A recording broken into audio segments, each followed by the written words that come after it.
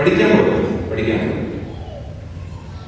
അവിടുത്തെ പ്രത്യേകത രാവിലെ ഉച്ചവരെയുള്ള സമയം നമ്മളെ പഠിപ്പിക്കും. ഉച്ചകഴിഞ്ഞ് നമ്മൾ രാവിലെ പഠിച്ചത് തൊട്ടടുത്തുള്ള ഏർവാട ഡോൺ ബോസ്കോ പബ്ലിക് സ്കൂളിൽ പോയി അവിടുത്തെ കുട്ടികളെ പഠിപ്പിക്കും. രാവിലെ പഠിപ്പിക്കും, ഉച്ചയ്ക്ക് പഠിപ്പിക്കും. പിന്നെ ഇങ്ങനെ തുറന്നു വന്നു, പുറത്തോട്ട് വിടില്ല. വലിയൊരു കോമ്പൗണ്ട് ആണ്, അതിനകത്തൊന്നും പുറത്തു വിടില്ല. ഫുൾ ടൈം ജോലിയാണ്, അസൈൻമെന്റ്സ്, പ്രസന്റേഷൻ സിസ്റ്റം.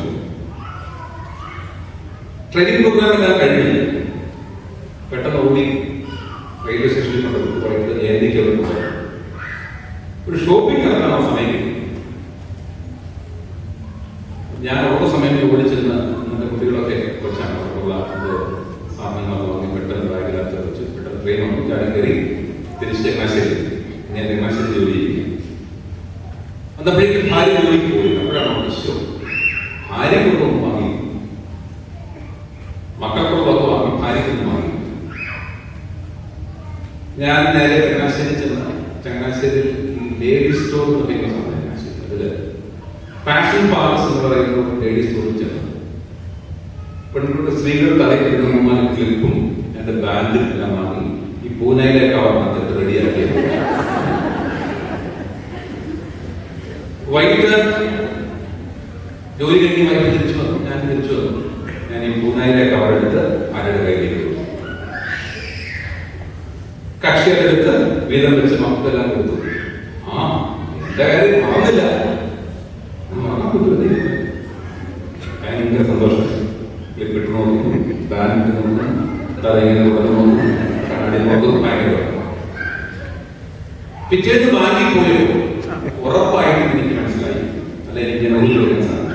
അന്ന് പതിവില്ലാതെ നമ്മൾ തല കുലുക്കിയായിരുന്നു.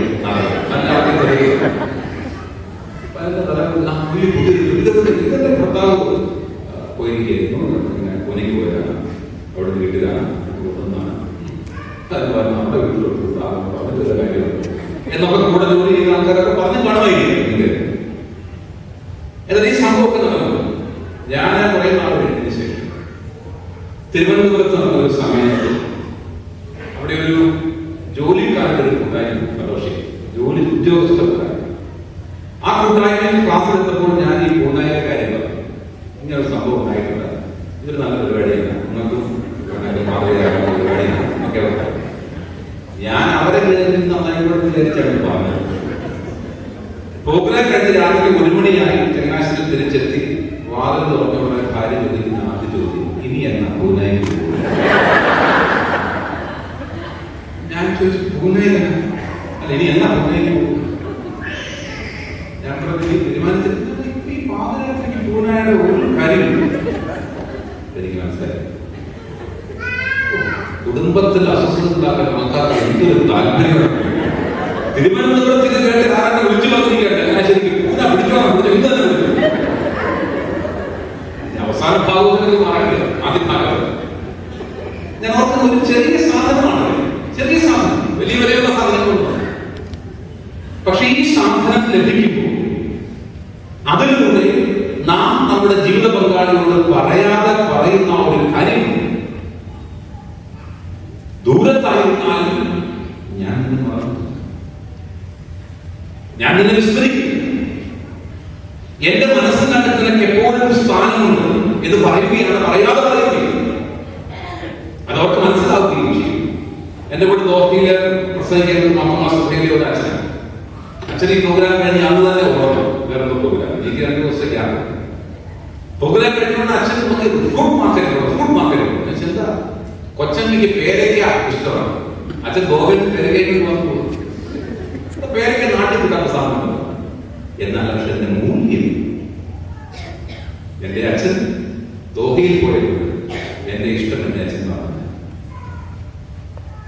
ആ ഒരു പേരയ്ക്കയുടെ വിലയല്ല പ്രധാനപ്പെട്ടത്, മൂല്യമാണ് പ്രധാനപ്പെട്ടത്, മൂല്യം. അതുകൊണ്ടാണ് ഞാൻ പറഞ്ഞത്, വലിയ കാര്യങ്ങളിലൂടെ അല്ല സ്നേഹം പ്രകടിപ്പിക്കേണ്ടത്, ചെറിയ കാര്യങ്ങളിലൂടെ. 4ാമത്തെ കാര്യം, ദാമ്പത്യ സ്നേഹത്തിൽ ഒറ്റപ്പെട്ട വിജയമോ പരാജയമോ ഇല്ല. ദാമ്പത്യ ജീവിതത്തിൽ ഒറ്റപ്പെട്ട വിജയമോ ഒറ്റപ്പെട്ട പരാജയമോ ഇല്ല എന്ന് പറഞ്ഞു. ഭാര്യയ്ക്ക് മാത്രമായ ഒരു പരാജയം, ഭർത്താവിന് മാത്രമായ ഒരു പരാജയം. അങ്ങനെ പരാജയമൊന്നുമില്ല. ഞാനൊരു സ്കൂൾ ടീച്ചേഴ്സിന്റെ ട്രെയിനിങ് പ്രോഗ്രാമിൽ അവിടെ ചെന്നപ്പോൾ അതിന്റെ പ്രിൻസിപ്പൽ എന്ന് പറഞ്ഞു, ഞാനൊരു സാറിനെ സാറിരിക്കുന്ന മുറിയിലോട്ട് പറഞ്ഞു തന്ത്രപരമായ ഒരു രീതി കുടുംബത്തിൽ പ്രശ്നങ്ങളൊക്കെയുള്ള ആളാണ്, വളരെ തന്ത്രപരമായ ഒരു രീതിയാണ് എന്തെങ്കിലും പറഞ്ഞ് സഹായിക്കാൻ പറ്റുമെന്ന് ചെയ്യുമ്പോൾ അപ്പൊ ഞാനവിടെ ഇരിക്കുന്നു. ഒരു സാർ കയറി, എനിക്ക് മനസ്സിലായി. ഞാൻ സാർ ഇരുന്നു. എന്താ സാറിന്റെ പേര് പറയും? സാർ പറയാം. സാർ എന്തൊക്കെ വിശേഷം? ഓ എന്നാ വിശേഷം? ഞാൻ ചോദിച്ചത് സാധാരണ സങ്കടം പോലെയാണ് പറ്റി. എന്ത് കണ്ട് സന്തോഷിക്കുന്ന, എന്ത് കണ്ട് സന്തോഷിക്കുന്ന? അവള് ശരി, അവള് ശരി. എന്നെ തോപ്പിക്കാൻ നടക്കാവോ? ഞാൻ ആരാണ് സാർ അറിയാമോ? തന്ത്രപരമായിട്ട് ചെയ്യണമെന്നാണ് കുറച്ചത് പറഞ്ഞിരിക്കുന്നത്. സാറേ എനിക്ക് 2 തലമുറയ്ക്ക് മുമ്പ് മനസ്സിലായിട്ടുണ്ടായിരുന്ന വീടായിരുന്നു വീട്. അറിയോ? ഇല്ല. ആ എന്നെ തോപ്പിക്കാൻ നടക്കാവോ? സാറ് നോക്കിക്കോ, ഞാൻ അവളെ മുട്ടുകുതിച്ചില്ല. പിന്നെ പറഞ്ഞ ഭാഷയും പറയുന്നു.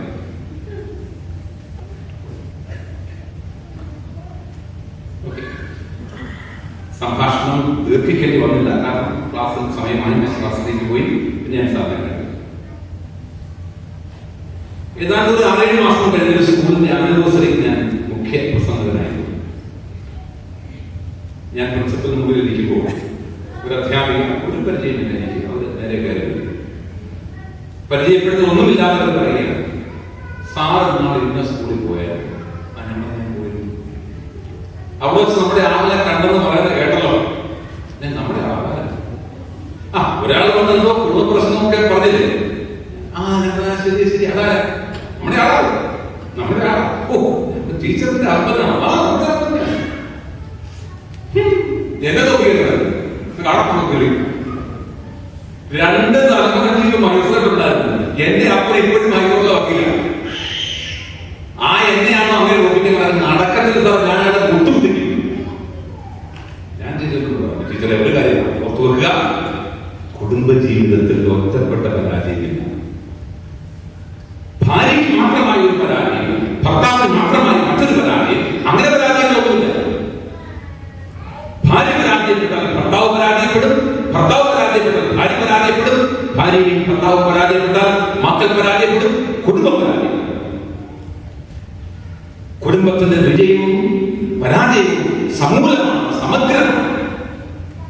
ആരെയും വേർപെടുത്തി കാണുവാൻ സാധിക്കും. ദാമ്പത്യ സ്നേഹത്തിന്റെ 4ാം ഘട്ടമാണ് ദാമ്പത്യ സ്നേഹത്തിൽ ഒറ്റപ്പെട്ട വിജയവും പരാജയവും ഇല്ല എന്നുള്ളത്. 5ാമത് പ്രമാണം, ദാമ്പത്യ സ്നേഹം ദൈവിക സ്നേഹത്തിന്റെ തുടർച്ചയാണ്.